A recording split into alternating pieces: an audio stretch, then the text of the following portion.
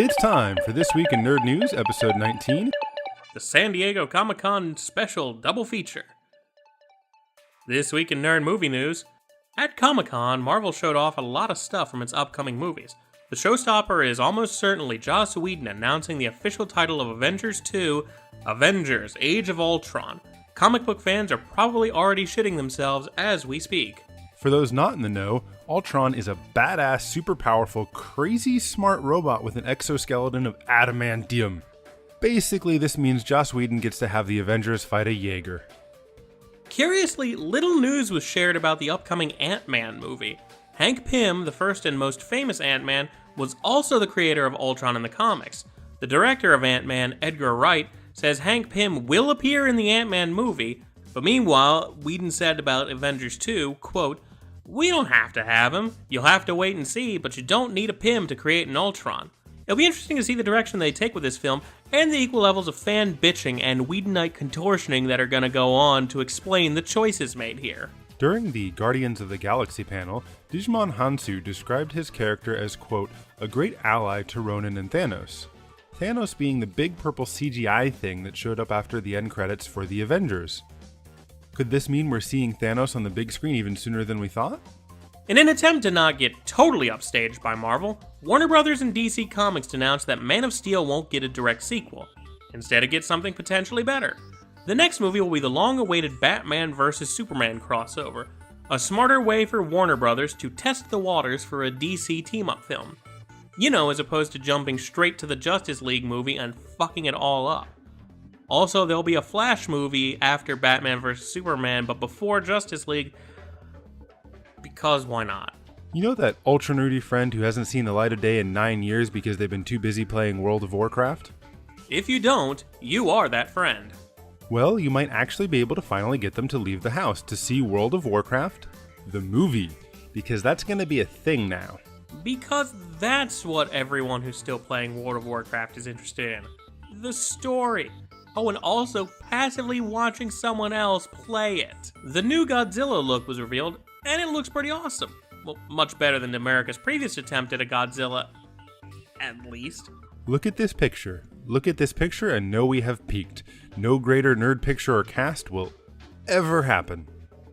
Well, that's good, because this one sucks. This week in nerd TV news, it's about time, some will say, as Fox's two biggest TV families will finally get a crossover. Homer, Marge, Bart, and Lisa Simpson are all set to appear on an upcoming episode of Family Guy titled The Simpsons Guy. Meanwhile, with news people will actually care about, Matt Groening promised a Futurama Simpsons crossover for sometime next year, giving the Planet Express crew at least one last little hurrah after Comedy Central finishes airing the final episodes. No word yet on when that would happen, only that it will.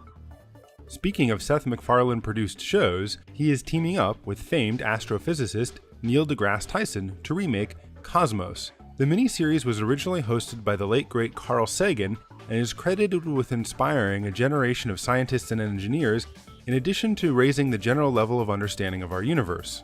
And no, the beautiful irony that MacFarlane has used his success to get a science show hosted by an outspoken atheist aired during prime time on Fox is not lost on anyone. Cartoon Network is working on a new show by creator Rebecca Sugar, a writer and the storyboard artist for Adventure Time. The new show, Steven Universe, is about a trio of magic gem-powered superheroines and one awkward boy. It's a premise that sounds like the stuff of middle school dreams, or more likely nightmares.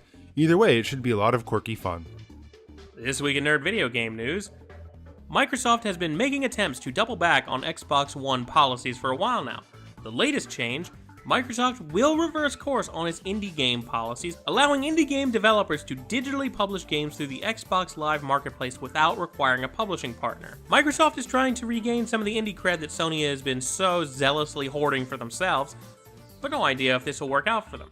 It's Microsoft, they're gonna fuck it up. At the same time, Xbox's corporate VP Mark Whitman claimed that the Xbox One will be able to be used as a dev kit by any user, but not at launch, of course. Microsoft's official comment, "Our vision is that every person can be a creator, that every Xbox One can be used for development." Whitman said that games designed on the console will also be able to be self-published to the XBL marketplace.